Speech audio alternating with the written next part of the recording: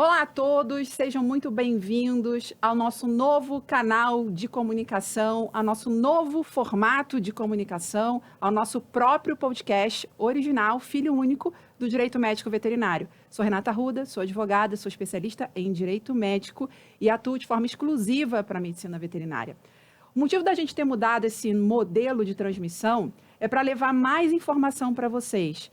Informações relevantes que ajudem quem estiver assistindo, não só sobre direito médico veterinário, mas também sobre direito, medicina, processos, prevenção jurídica. Mas para isso, eu tenho uma premissa muito importante, extremamente importante, na verdade, é que quem estiver aqui comigo, obviamente não farei isso sozinha, deve ser alguém muito melhor do que eu. Então, quem estiver aqui como convidado vai agregar muito, tenho certeza que vai levar muita informação para vocês, informações que vocês vão olhar para a vida, não só sobre o direito médico veterinário, novamente falando, mas que vai ser muito prazeroso, eu vou ter uma honra enorme de apresentar para quem não os conhece, ou então de compartilhar seus ensinamentos e experiências. E acho que vou sair um pouquinho aqui do script, do roteiro, vocês não devem saber, eu também não sabia, até construir esse podcast aqui novo, né? De como isso dá trabalho. E eu só realmente materializei o trabalho que dá às vésperas desse acontecimento aqui. E aí eu falo, meu Deus, por que eu fui inventar de fazer isso? Eu normalmente tenho essa mania, né? Eu crio um formato de curso ou um formato de trabalho novo e depois eu fico, meu Deus, agora tem que acontecer. E estou falando isso para vocês, não só pelas todas as partes, nem estou falando da questão técnica e de iluminação, que isso fica com o James aqui da VetSign. Só queria que realmente a gente escondesse certas imperfeições, a gente sabe que é difícil. Mas o motivo de eu estar expondo para vocês essa dificuldade toda é que de tudo isso que a gente está fazendo hoje e vai fazer daqui para frente, a parte mais difícil, e esse é o motivo pelo qual é o meu primeiro convidado, foi pensar numa introdução para ele, para a pessoa que está aqui na minha frente, que vocês ainda não sabem. Então, é muito difícil porque passa, assim, um filme na nossa cabeça e eu não sabia, assim, exatamente como começar, como introduzir quem é a pessoa que está aqui. Então, eu falei, bom, acho que vou começar efetivamente, sendo redundante, do início. Quem é a pessoa que está aqui na minha frente? O ano que a gente volta é 2017, exatamente.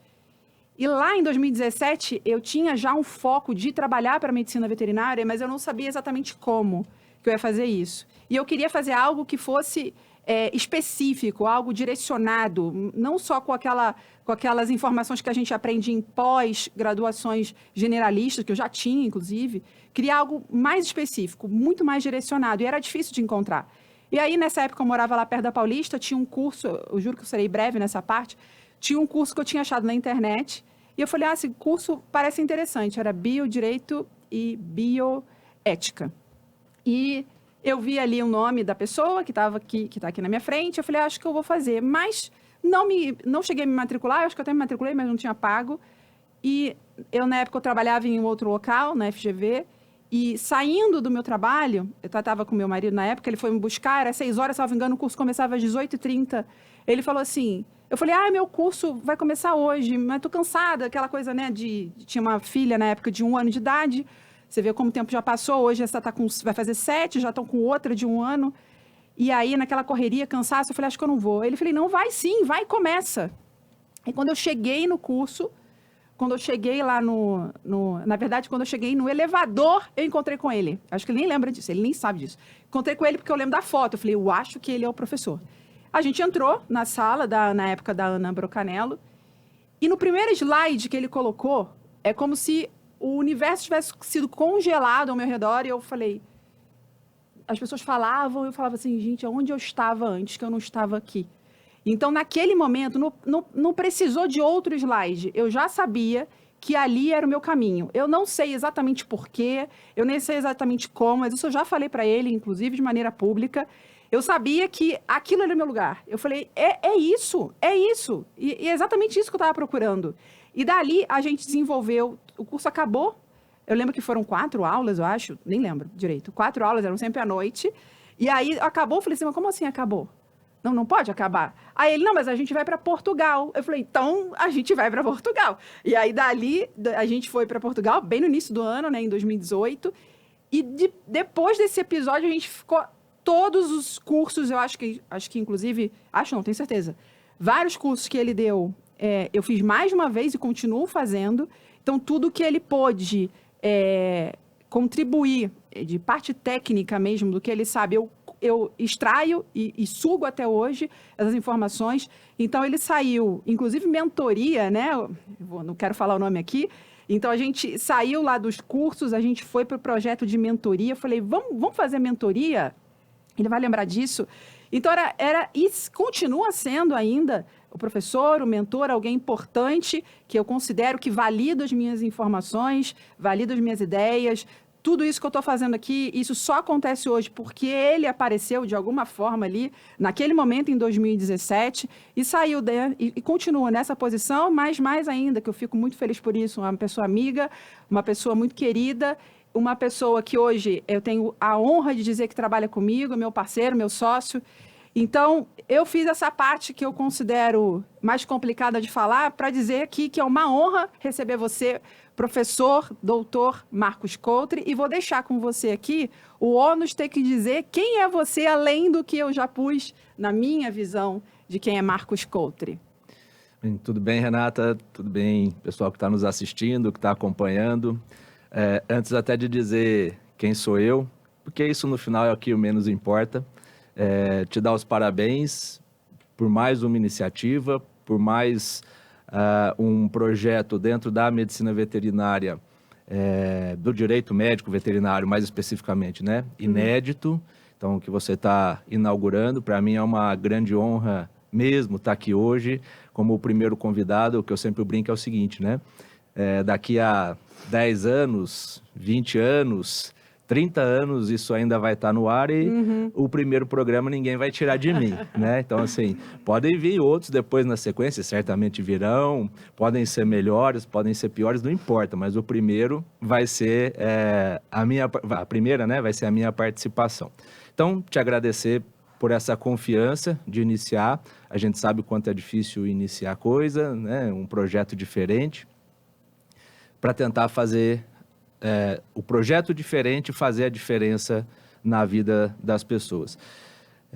Também te parabenizar pela trajetória, porque ao longo aí, mais ou menos 15 anos de docência, a gente encontra muitas pessoas passam, né, pelos mais variados cursos que a gente acaba fazendo, mas poucas são aquelas que realmente se destacam, e aqui não é demérito de quem não consegue, porque existe uma série de fatores que podem acontecer, mudança de foco, mudança de status da vida, isso acontece, né?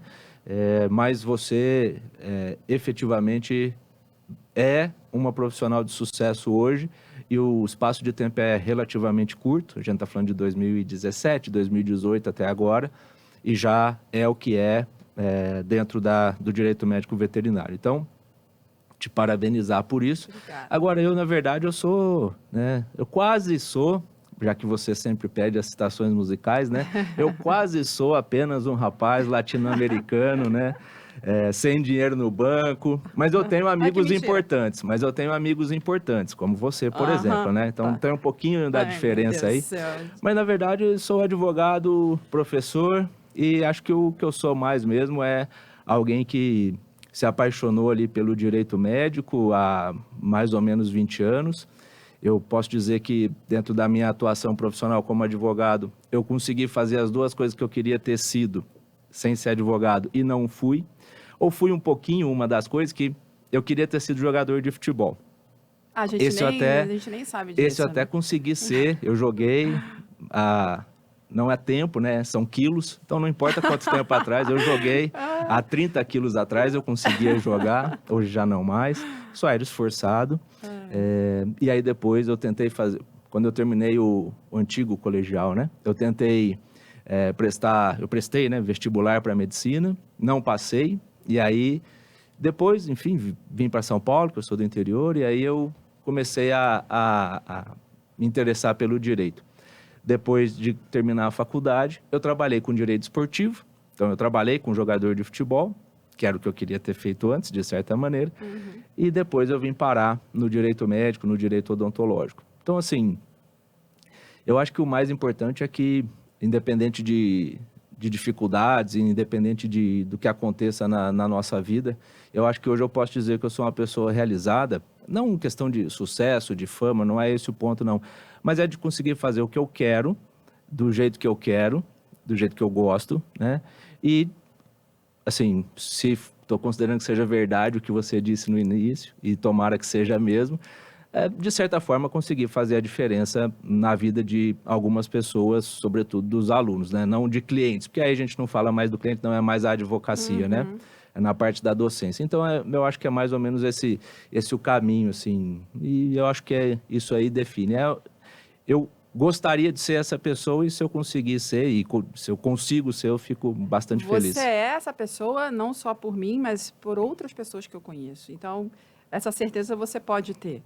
E eu até esqueci de mencionar que a gente chegou a fazer mentoria na lanchonete da academia. Você lembra disso? Lembro disso. Eu estava lembrando disso, vindo para cá, eu falei, mas que loucura. Não, e tem uma passagem interessante, porque também é isso, né? Dentro do direito médico não, o veterinário, medicina humana, naquele tempo não existia isso. Depois vieram outras coisas, né? Outras pessoas fazendo também, Sim. Mas não existia essa ideia de mentoria e talvez... Acho que o nome nem fosse o mais adequado ali naquele momento, mas é a ideia Na verdade, eu não falei trocar. mentoria. Porque virou depois um Virou projeto depois, seu. é. Eu só falei, eu quero aula. Exatamente. E aí eu me lembro de uma passagem, né, nesse momento aí, 2017, 2018, não lembro precisar exatamente quando, mas que você falou, vou fazer minha primeira palestra. Eu lembro, né? desagradável. Aí dentro dessa ideia a gente falou, não, então vamos, você apresenta, né? Você monta a sua palestra e apresenta. E você falou, mas eu vou apresentar para quem? Nossa. Eu falei, você vai apresentar para mim. Tragédia. E aí nisso o Eduardo estava junto, né? Então estávamos eu e ele assistindo. Testemunhas disso. Estávamos assistindo. E aí eu me lembro que no dia dessa sua primeira palestra, eu estava em Anápolis. Não, depois onde eu fui dar aula, né? Eu estava em Anápolis. Não, eu apresentei para você lá na Ana. Isso, depois, quando eu efetivamente fui fazer. Então, no dia que você foi fazer, para valer. Né? Para valer. Eu estava em Anápolis, que tinha um evento lá da OAB, que um amigo que era da comissão convidou, eu estava em Anápolis, em Goiás, e aí eu lembro de você ter mandado a mensagem, um WhatsApp, né? Deu tudo certo, e etc, e foi legal e tal. Foi. Então, eu lembro disso também, então... E no final acho que é isso, são histórias para contar, né? Experiências que a gente passa, às vezes uns perrengues, às vezes umas coisas boas. Não. Ninguém sabe, parece que é tudo fácil, né? Exatamente. Até hoje não é fácil, né? Até hoje, você fala, parei de estudar. O quanto que a gente ainda te questiona, quando te pede curso, mando mensagem, coutre, você vê como é que você aguenta, né? Porque desde o início era muita intensidade nessa questão de querer aprender o que você... Porque para mim o curso é o caminho mais rápido para aprender com quem, que você não quer falar a quantidade de anos, né? Com quem muitos quilos atrás está trabalhando. Mas então, precisa. Mas estudar tem que ser sempre, né? Exatamente. Estudar tem que ser sempre, porque sempre mudam. Ainda mais para quem trabalha no direito. É um erro falar que é só o pessoal do direito que tem que ler muito. Isso é uma mentira, porque o pessoal da veterinária tem que ler, da engenharia tem que ler, porque mudam materiais, mudam comportamentos de materiais, enfim. Então, aquela ideia de que às vezes a gente ouve quando é mais novo, você vai fazer direito, você vai passar a sua vida inteira estudando, como se as outras não fossem, você vai passar a sua vida inteira lendo, como se as outras não fossem. Isso me parece que é um grande equívoco que é transmitido. Claro que todos têm que estudar e nós também temos que estudar. Às vezes a nossa mudança é muito mais rápida, a gente vive constantemente tendo que ver todo dia, literalmente, se não saiu alguma coisa nova. Mas o estudo em si, de forma geral, ele é constante para todo mundo. Não importa... Hoje eu não falo nem profissão, né? Não importa a sua atividade, porque alguém que está em uma atividade que não existia ao tempo que eu prestei vestibular, por exemplo, alguma coisa aí de robótica, de inteligência artificial, isso não se falava como se fala hoje, a pessoa tem que estudar todo dia. E o estudar aqui não é estudar necessariamente o estudar formal de livro, de apostila. Não, estudar é ler, ouvir o que os outros têm a dizer, quem está fazendo aquilo, né? Enfim, isso é uma constante. E eu espero que a gente continue assim. Não, sem dúvida nenhuma. Por que eu quis colocar isso? Porque muita gente, eu não costumo falar como foi o início. Muita gente pergunta, muita gente fala, mas por que veterinária? Como é que foi? Então, eu achei legal, até porque você faz parte desse início todo, por isso você, logicamente, deveria ser o primeiro convidado, e a gente também fazer essa introdução desse nosso primeiro episódio, falando desse início, que também tem que falar do seu. Então, se a gente vai fazer um paralelo aqui entre medicina e medicina veterinária, por mais que você não queira dizer exatamente, você falou 15 anos de docência, mas quando você iniciou no direito médico, porque hoje todo mundo fala que é um mercado muito bom, direito médico, quando você iniciou, assim, a gente pode dizer que tudo era mato? Não tinha esse foco? Eu até conheci quem trabalhasse com isso lá em 2005. Sim. Não vou dizer assim que era mato, porque senão fica parecendo que não tinha ninguém antes, né? Isso não é uma verdade. Uhum. O que eu posso dizer é que a gente não tinha GPS. A gente não tinha essas tecnologias de hoje que nos ajudassem a identificar um caminho mais fácil. Talvez essa seja a melhor analogia. Talvez o mapa ainda fosse um pouquinho do mapa lá em papel, sabe? Então tinha que dava mais trabalho, vamos dizer assim, para conseguir informações. Por quê? Porque no tempo em que eu comecei, início desse século, a trabalhar com direito médico, a gente tinha pouquíssima literatura, pouquíssimos casos. Literalmente era um outro mundo. A gente tinha processos em papel. Quem está se formando agora na faculdade de Direito, isso é impensável, né? Um processo judicial, os autos do processo em papel, isso é impensável. Naquele tempo era assim, né? Mas a gente ainda tem isso, né? Não, ainda tem, mas bem menos, nos né? éticos, né? Mas bem menos ainda, né? Pois é, mas hoje a gente tem o processo, os autos em papel do processo ético, só que quando a gente volta aí nesses quase 20 anos da minha atividade, né? Como advogado agora, em direito médico, a gente quase não tinha processo ético. Uhum. Então, agora a gente tem o processo ético em papel, com autos em papel. Há 20 anos a gente Não nem tinha. processo ético tinha. Ou tinha muito pouco, claro que já existia, mas existia muito pouco. Muito pouco. Mas essa é a pergunta que eu vou te fazer agora. Porque você, que está esse tempo todo, se a gente pode falar, sei lá, 15 anos, você viveu essa mudança. Sim. Não só na mudança do mercado do direito médico veterinário, mas a mudança desse cenário de demandas contra o médico e contra os estabelecimentos médicos. Você realmente acha que esse número aumentou de processos? Esses dados a gente viu outro dia até que você colocou. Sim. Mas efetivamente a gente tem muito mais demanda contra esses profissionais e contra esses estabelecimentos. Tem, muito mais. E a que você atribui isso? É difícil dizer um ou só alguns fatores, porque para te mostrar essa questão do quanto isso impacta, né? Quando eu comecei na coordenação da pós de Direito Médico da IPD, eu tinha 10 alunos. A minha primeira turma de coordenação, né, como coordenador, a minha primeira turma tinha 10 alunos. A gente já chegou a ter 130 alunos fazendo a pós ao mesmo tempo. Mas acho que a que eu fiz, acho que tinha uns 90 alunos. Então, aí isso, né, enfim. Então, tem mais pessoas interessadas. Sim. O acesso à informação ficou mais fácil. Então, as pessoas começam a ver, olha, saiu uma indenização aqui que o hospital errou e vai ter que pagar. Então, isso acaba incentivando, e aí quando eu digo incentivando, não é necessariamente no sentido pejorativo, porque normalmente as pessoas usam, porque assim, às vezes a gente acompanha algumas palestras de colegas que estão falando para médicos, e aí eu brinco que o pessoal joga para a torcida, né? Porque os processos são injustos.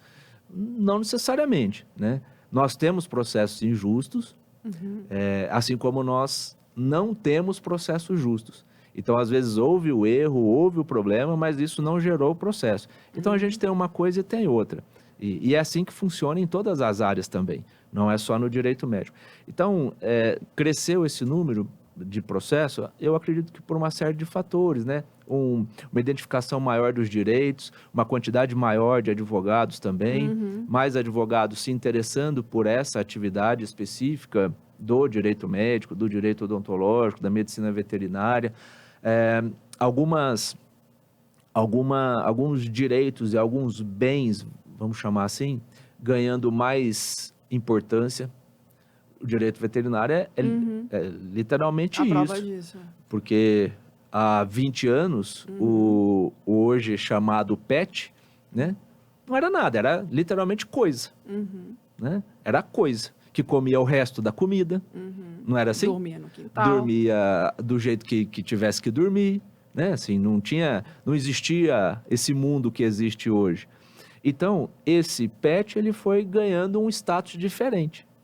Ou esse animal doméstico, quando era muito bem tratado, era tratado como animal doméstico, ele foi ganhando importância para as pessoas. E é por isso que, no direito médico veterinário, a gente pode falar que o processo existe mais, aparece mais, porque esse relacionamento mudou, né? Exatamente. Tá. Assim como para a saúde. Então, as pessoas antes que se submetiam a algum tratamento e não conseguiam um resultado, ela se convencia de que, ok, isso acontece, paciência, não deu certo. Com o passar do tempo, não. Eu quero ter a minha saúde. Eu não aceito ser submetido a um procedimento médico e esse procedimento médico não dá certo. Com ou sem razão, não estou entrando no mérito individual da coisa. Mas a pessoa começou a dar mais importância a isso. Na odontologia, né? A gente já falou da medicina da veterinária. Na odontologia, há 50 anos, para uma imensa parte da nossa população, o tratamento que tinha era extração. Não tinha outro. Era extração. A pessoa chegou com dor de dente, extrai. Acabou. Não tinha canal, quem fazia tratamento. Aí você fala, não, mas já existia a especialidade. Claro que sim, só que quantas pessoas tinham acesso a isso? Quanto mais pessoas vão tendo acesso a isso, mais pessoas vão percebendo que, olha, agora eu não estou vivendo mais 40 anos, mais 50 anos, eu estou vivendo 70 anos.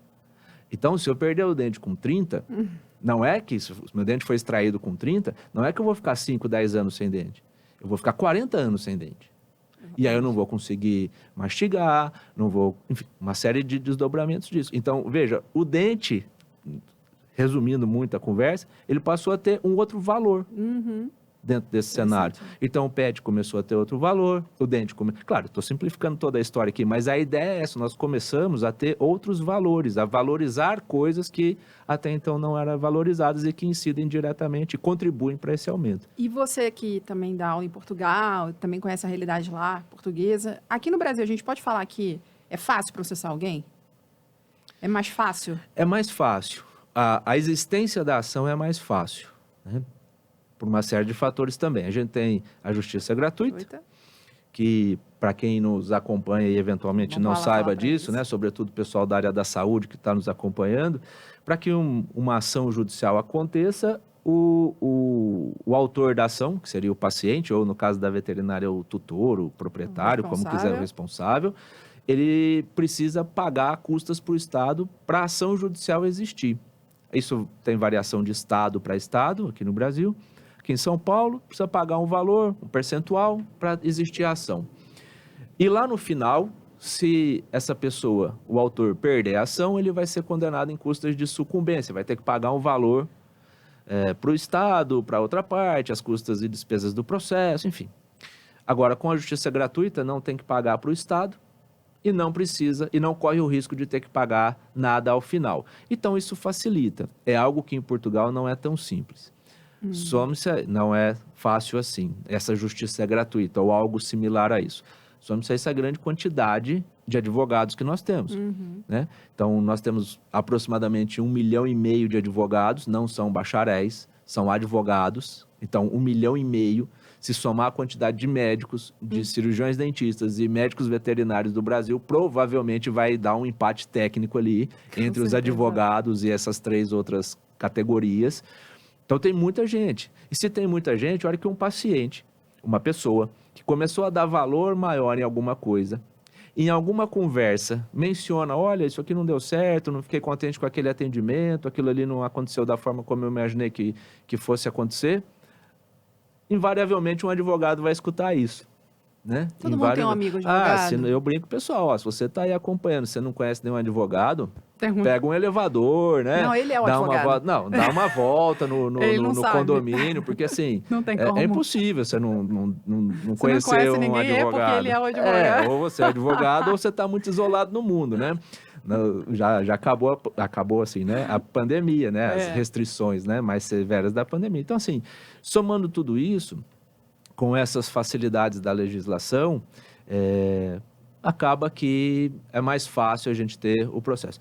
O que eu só chamo a atenção é que, às vezes, a comparação ela é ingrata, né? O que a gente tem no Brasil com o que a gente tem em Portugal. Porque Portugal parece muito grande, mas Portugal é mais ou menos do tamanho do estado do Pernambuco, territorialmente falando. Dentro do nosso país, Pernambuco é um estado territorialmente pequeno, né? Não é dos maiores, aliás, está entre os menores, territorialmente falando. Então, Portugal tem muito essa injustiça também de comparação, porque não dá para comparar, não dá para comparar. Tem um humorista, você me lembrou um negócio, tem um humorista que brinca muito, falando que Portugal é a estação da Sé, horário de rush. É quase isso. O que a gente tem de morador na grande São Paulo é mais do que Portugal. Então, mas a gente só tem que fazer essa observação, é mais porque você realmente dá aula lá, e a gente vê muita diferença, né? Muita diferença entre essa realidade de processos. Imagina para um paciente aqui, para um autor da ação, pagar os honorários do perito, os honorários periciais. Ficaria muito caro. Realmente, uma imensa parcela da população não teria condições. O nosso problema não é nem a lei. Estou dizendo tudo isso, mas eu não acredito que a lei seja ruim. O ruim é a forma como ela é utilizada. A legislação ela é importantíssima, porque ela permite o acesso ao poder judiciário por aquelas pessoas que não teriam condições de buscar o seu direito.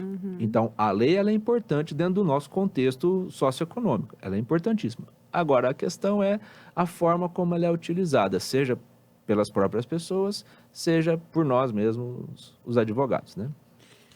Continuando nessa seara medicina veterinária e medicina humana, eu não gosto de falar medicina humana, né? Mas, enfim, é só para ficar clara a diferença. Eu ouço muito, desde o início, eu vou falar sobre isso também, a questão da resistência, na próxima pergunta. Mas eu ouço muito o veterinário se comparar ao médico. Não estou falando que todos, tá, gente? Só tome cuidado que a gente tem agora sempre que explicar. Não generalizem, é porque a gente quer deixar essa coisa ilustrada. Muitos veterinários falam, olha, o médico é mais valorizado, o médico da medicina humana não sofre o que a gente sofre, são mais respeitados. E aí, quando eu dou um exemplo lá, olha, o dever de informação, vocês têm que documentar, têm que preencher prontuário. O médico não falou nada, não me explicou nada, não escreveu nada. Quem me entregou isso foi a pessoa lá da recepção. E usam como uma analogia do que estaria certo. Né? Então, eu não sei se você já ouviu isso pelo pessoal da Odonto, eu não sei se rola esse tipo de comparação, porque na veterinária acontece. O que você diria? Porque, obviamente, eu já tenho a minha narrativa, mas o que você diria para quem está achando isso? Que você vive lá a realidade de quem está defendendo, você atua na defesa dos médicos. Sim. Então, seria importante você colocar para eles, para minimizar essa sensação primeiro, de inferioridade e segundo, de injustiça, de que lá tudo pode e aqui, para a gente, é muita regra. Eu acredito que essa ideia de ter muita regra ou de surpresa, às vezes, com esses deveres profissionais, passa um pouco pelo que acontece na própria graduação. Então, às vezes, como isso foi tratado na graduação, se é que foi tratado. E segundo, com o grande risco de comparação, né? Comparação entre profissões e comparação dentro da própria profissão. Por que eu estou te dizendo isso, né? Porque diz, o outro lá, a outra profissão, tem menos do que eu. Mas será que tem mesmo? E se tiver, qual é o problema de ter menos? Quer dizer, ele está fazendo a parte dele. Agora, eu não posso pautar as minhas obrigações pela obrigação do outro profissional. Mas o médico da medicina humana, o cirurgião dentista, não faz isso. Por que eu tenho que fazer? Você tem que fazer porque isso é próprio da sua profissão. O que me parece, então, no final das contas, é uma falta de percepção, de compreensão dos deveres profissionais. O que falta, às vezes, é não entender, então, essa é a deficiência, que o exercício profissional não é só fazer a coisa tecnicamente correta. Não que isso seja pouco, isso é muito. Mas tem outros deveres profissionais. Então, o dever profissional não é só fazer a melhor cirurgia, ou adotar a melhor técnica numa consulta, ou saber farmacologia. Isso é importantíssimo, mas não é tudo, né? Até o Falcão, o cantor, não do rap, o outro, o brega, o cafona, né? Ele diz que dinheiro não é tudo, mas é 100%. Né? Ele tem uma frase numa música que diz isso, dinheiro não é tudo, mas é 100%. Então, eu costumo brincar que é isso, quer dizer, olha, você fazer a coisa tecnicamente correta Não é tudo, é 100%, mas não é tudo. É 100%, mas não é tudo. Quer dizer, é muito bom, né? Que a gente costuma dizer, não, isso tá 100%, né? É bom, só que não é tudo. Tem outras coisas. E aí, nessa linha, a comparação com o que é comum e o que é normal.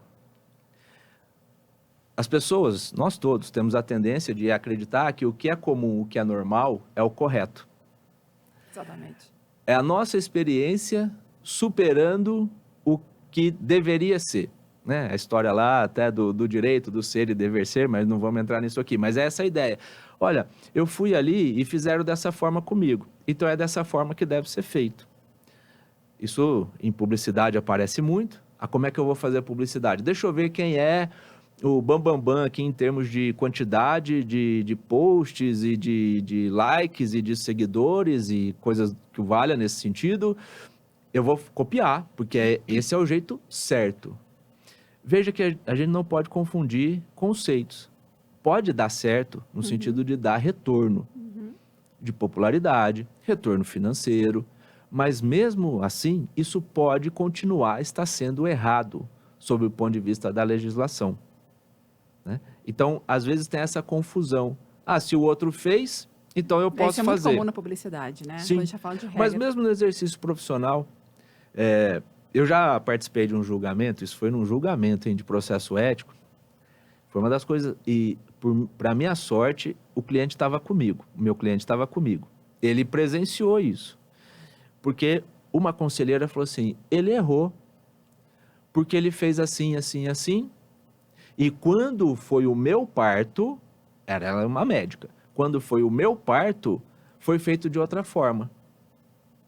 Então, é uma conselheira julgando de acordo com a experiência que ela teve, não como médica, mas como paciente. Aí, nisso, a outra conselheira, que era especialista, disse não, mas não se faz assim, ele não errou. O jeito que ele fez é o certo. Então, só para dar esse toque, né, essa dimensão de como é difícil.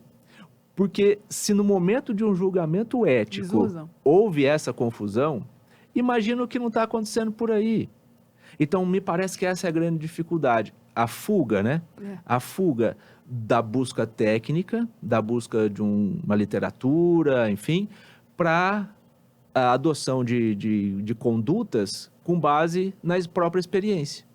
Se eu vivenciei isso, se eu vejo isso é o caminho certo. Mas isso normalmente acontece em que momento? Quando ele é apresentado, e você falou isso, ele chega no desconhecimento. Então, ele é apresentado, num primeiro momento, ao que deveria ser, só que ele não sabia. Então, nesse momento que ele se conecta com, então, até hoje eu fiz errado, então, até hoje, fazer errado é ruim de falar, mas até hoje eu estou agindo com risco, então isso é desagradável de ouvir. E aí a gente entra naquele ponto que eu falei que ia falar com você sobre a resistência. Então, aí entra a primeira comparação com a medicina humana. Então, por que você está me falando isso se lá nos médicos eles não fazem? Por que eu tenho que fazer? Então, esse é o primeiro ponto. Aí vira a rebeldia, que às vezes é temporária. Às vezes o rebelde, no final, ele é o melhor aluno.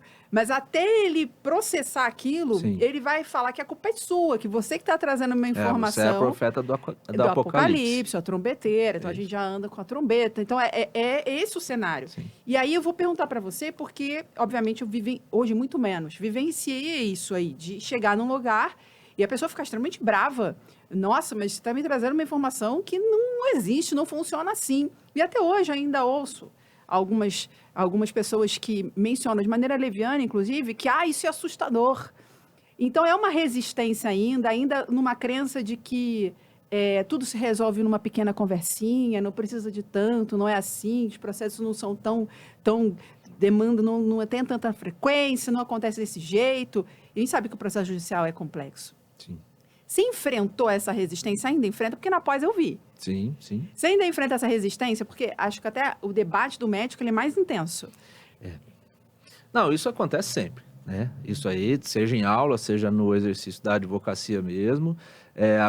A medicina, a gente está falando o veterinário em relação à medicina humana, mas da medicina humana em relação ao odonto, por exemplo, o médico fala, é um absurdo eu não poder divulgar antes e depois, e o cirurgião dentista pode. Então, veja que assim, você vai mudando, mas a insatisfação... Porque o que a gente quer? A gente quer todos os direitos possíveis. Isso é natural. Então eu vejo assim, bom, eu estou exercendo a minha profissão, qualquer que seja ela, eu estou enfrentando essa dificuldade, aí eu vi que a outra profissão permite aquilo que eu gostaria de fazer, mas que eu não posso. Então eu quero aquilo que é de bom daquela outra atividade para mim. E isso vai circulando, né, entre todas as atividades. O advogado não pode ostentar em rede social, né? O que é ostentar em rede social, né? Assim, claro, você vai discutir, não vamos entrar aqui, mas, poxa, será que se eu postar que eu estou fazendo uma sustentação oral, isso é ostentar? Então, não sei. Mas as pessoas, elas tendem, então, a ter essa resistência, como você disse. Por quê? Porque elas não percebem o risco. Elas não percebem o risco. E aí, geralmente, essa resistência, ela vem atrelada a uma frase de mas eu nunca fiz desse jeito que você está falando e eu nunca tive problema.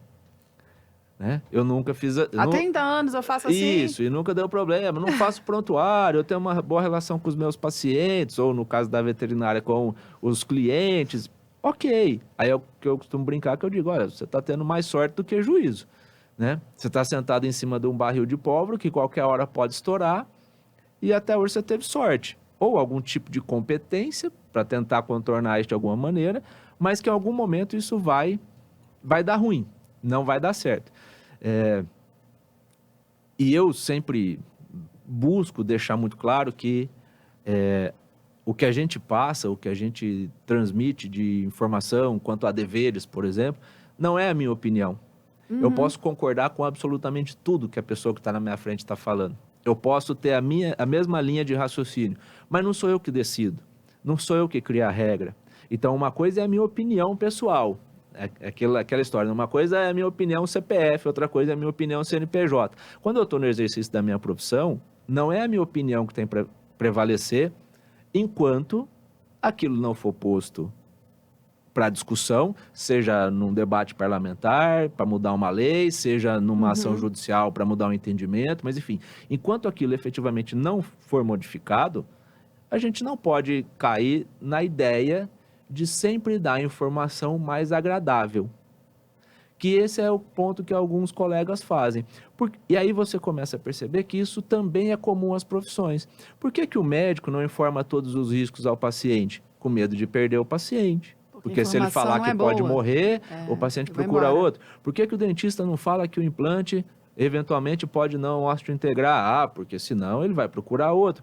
Então, aí, por que a gente não diz para o nosso cliente que ele pode perder a ação judicial? A gente não. Né? A gente fala. Não, a gente, os advogados. Eu falo os advogados, né? Estou falando em geral, né? Geral. Eu falo, muito pelo contrário. Quando eu vejo que tem chance de perder, eu falo. A chance de perder é grande.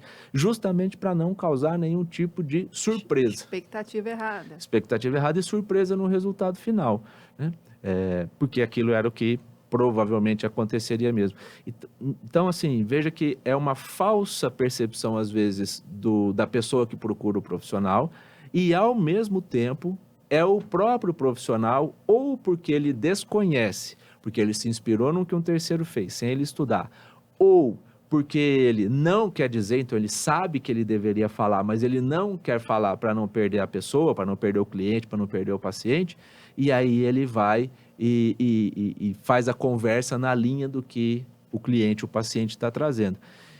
E esse é o pior dos mundos, porque daí quando ele sai dali, esse cliente ou esse paciente sai dali e vai procurar outro que diz para ele, olha, não é bem assim, você não vai conseguir essa liminar dessa maneira, o resultado final do processo pode não ser esse que você está imaginando que vai ser.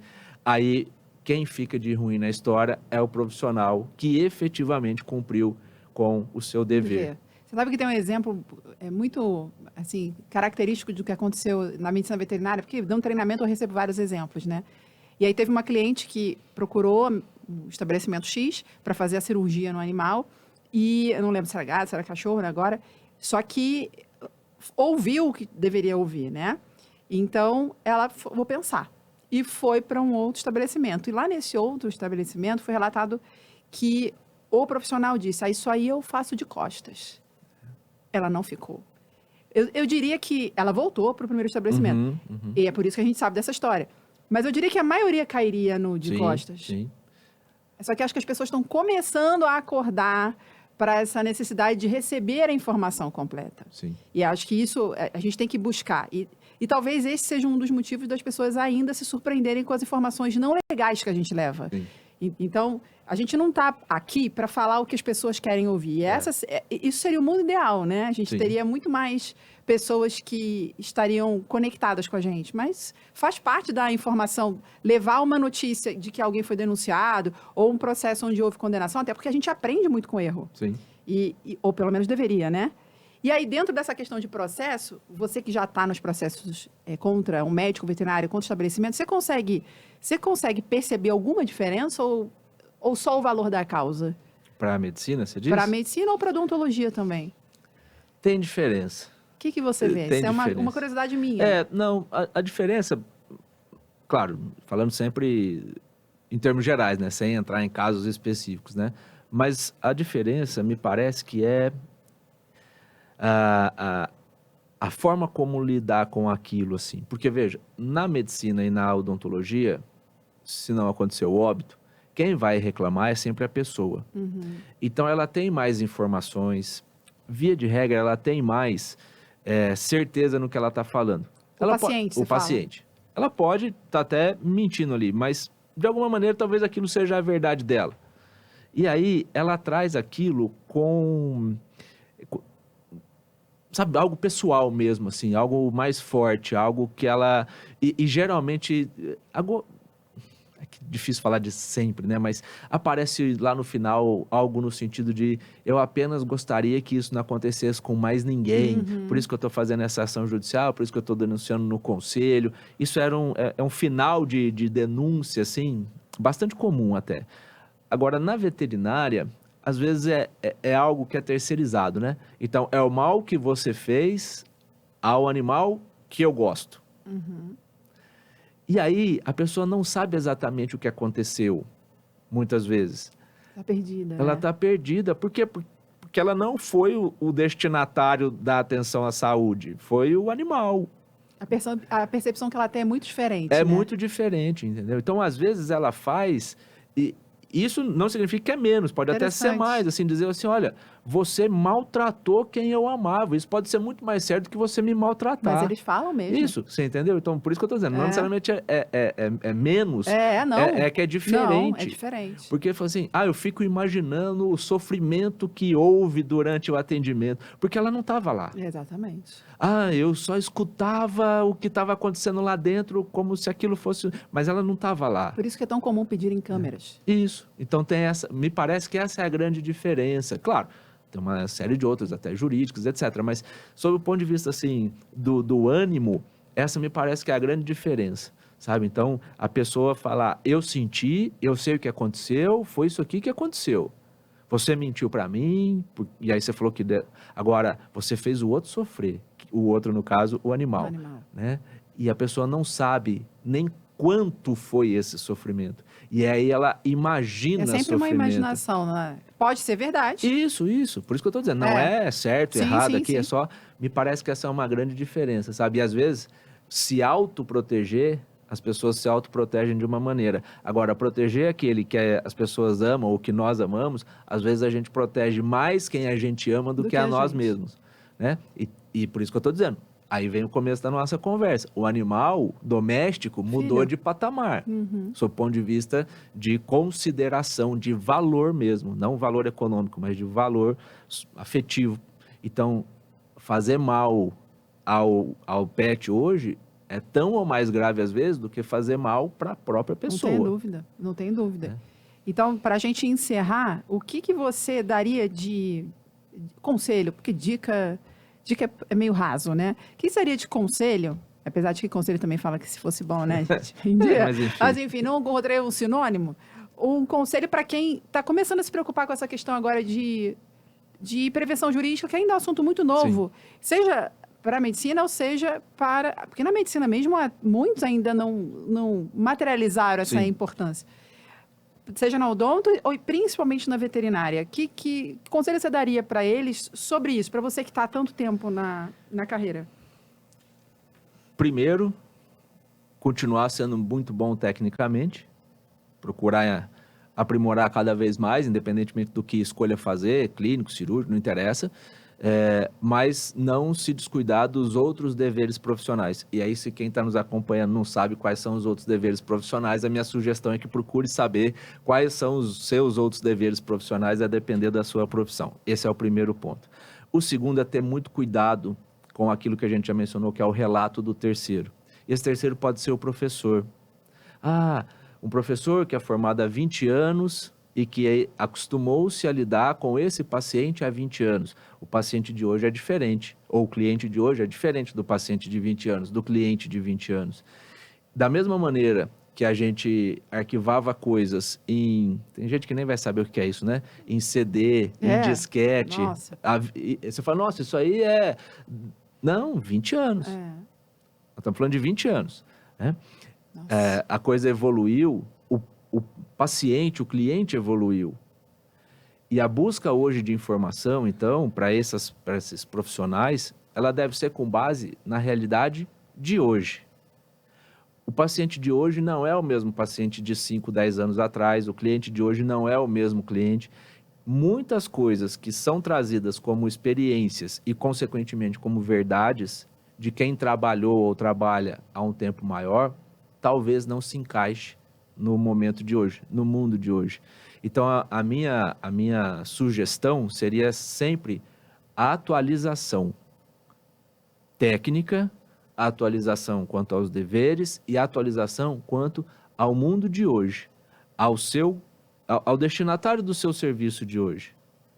Ele é diferente.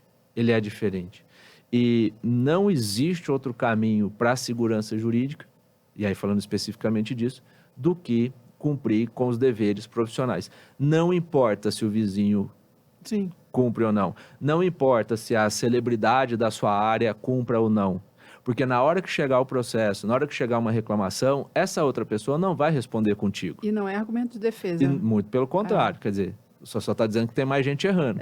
Não que você está fazendo certo. Né? Aquela velha história, o errado continua errado, ainda todo mundo fazendo, e o certo continua certo, mesmo ainda que ninguém faça.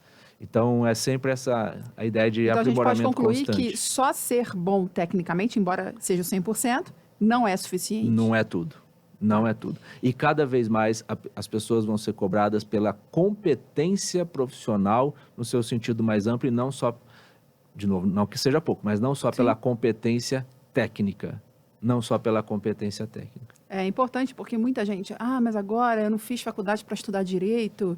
Então, de novo, ainda é um resquício daquela rebeldia que é importante entender que tudo isso que você fala e que eu aprendi, isso traz benefícios para a assistência que eles prestam, né? Não é uma burocracia vazia, né? Isso acaba depois refletindo numa percepção de valor, né? Para o cliente. Para o paciente também. E hoje com essa história de rede social... Mais ainda. Mais perigo. Esse é o nosso próximo assunto. Tá bom. Mas antes... Como a gente está num projeto novo, num podcast próprio, a gente queria construir um nome. E é difícil de criar um nome. Então, pensando nisso, eu preciso que você dê uma sugestão, que eu vou fazer isso com os primeiros convidados. Tá. Então, você está com ônus, sem qualquer negócio de dog cat. Tá bom. Não pode, esse não pode? Esse é impublicável que ele falou aqui. Mas, enfim, ele vai precisar me dizer... Um nome, uma sugestão de nome. Depois, a sua citação musical. Eu vou mais ainda? É que você já deu duas várias. Hoje, né? Mas então eu já vou fazer a citação musical. Tá.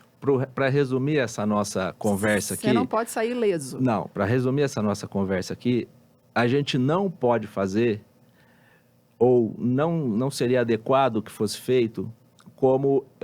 às vezes eu sei a música, mas eu não sei nem quem canta a música. Mas isso depois o pessoal descobre em casa, dá um Google aí, para quem não souber também.